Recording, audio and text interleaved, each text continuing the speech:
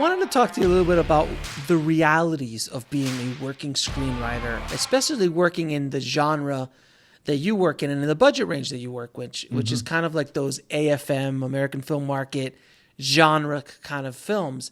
What's it really like and about doing that? Because there's a lot of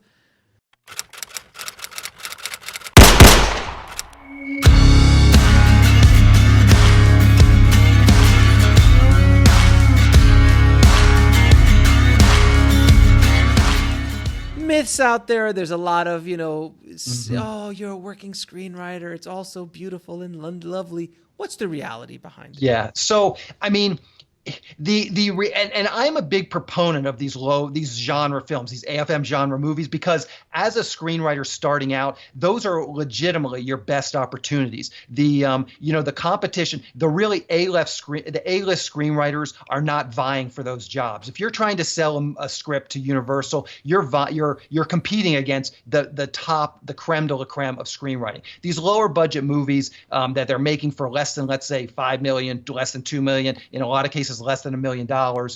There's not a ton of money in them, so the competition is not as fierce. Those producers also typically don't have access to the highest level of screenwriting, so they kind of have to make do with what they can find as well. So I don't think it's all a bad situation, and I'm very glad to have had the experiences I had writing some of these movies and working with some of these filmmakers. But just the reality is that it's not creatively fulfilling. You're going to write a script. You're going to send it to one of these producers, these directors. They're going to rewrite it with little to no input from you. Maybe they're going to bring on other writers. Maybe they're just going to write it themselves, and that's going to be the movie. It's not going to be necessarily what you originally had envisioned. If you're okay with that, I don't think that's a bad way to continue to go with your career.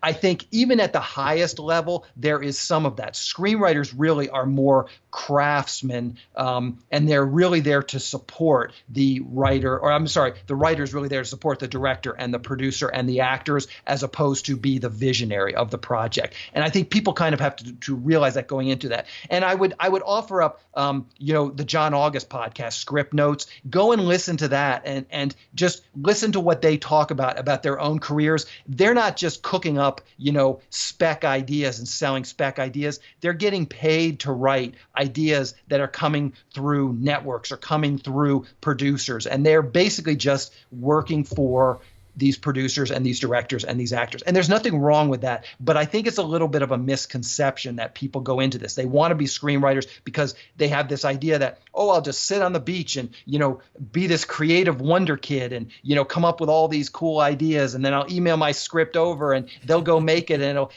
and that's like, it's not really the reality. And it's like, again, even the screenwriting at the highest level, at any level, there's a lot of like business decisions you have to make. There's a lot of salesmanship, marketing, getting yourself out there, networking with people, no matter what level you're at. That's a big part of the equation. And I don't know that people fully appreciate that. Taking another step back, just in terms of the money, I mean, the screenwriter on these independent films can only reasonably expect 2 to 3% of the production budget. So just to make the math easy, on a $1 million film, or let's say a $2 million film, I would say probably $300,000 of that $2 million is going to be for contingency costs, completion bonds, and the screenwriter doesn't get paid. So you're talking about like 1.7 million, things. And then, you can do the math on that, 2 to 3%. So you're talking, $30, $40, $50,000. And it sounds like, we'd all love to have $50,000, but, it's very, very, it's not like you can just churn these things out at a one a month. So you have to do an incredible amount of work to sell that script. And oftentimes you don't make anything close to that. I mean, some of the films I've worked on have been well less than $1 million. So again, you can do the math on that. To actually make a living with these genre films is not always that easy. I think the idea is to maybe do some of these genre films, grow as a screenwriter, make contacts, and hopefully things will kind of take off from there. But again, you have to go into it understanding that you are always going to be subservient to the producer and the director. Ultimately, whoever has the money, whoever's raised the money, you're going to be subservient to that person. Now, is that the reason why you decided to write and direct The Pinch? Yeah, I mean it is, and it really is, and I went through. I think it was late 2015. I was able to get 2 back-to-back paid writing assignments, and like I said, wow, that sounds great, and it was. I was excited to have these assignments, and they were cool projects, but they weren't particularly well paid, and it was the same sort of thing. It was just creatively, they just were not fulfilling. And I had to work so hard to get myself in a position. I mean, one of these jobs, I had been talking to the producers for probably 2 or 3 years, going to meetings, emailing them, just kind of, doing that stuff, following up with them, trying to stay in touch. And finally, they had a project that they, kicked my way. And I got done, and it was like, what was, I did all this work to get the project. I got the project, and it was just like, what was the point? And so for me, that was when I just decided to make a change and say, okay, I'm going to write something that I know I can shoot on a low budget, even if it means just me and an iPhone and a couple of friends that are actors. I'm going to write something that I know I can get done, just again for the creative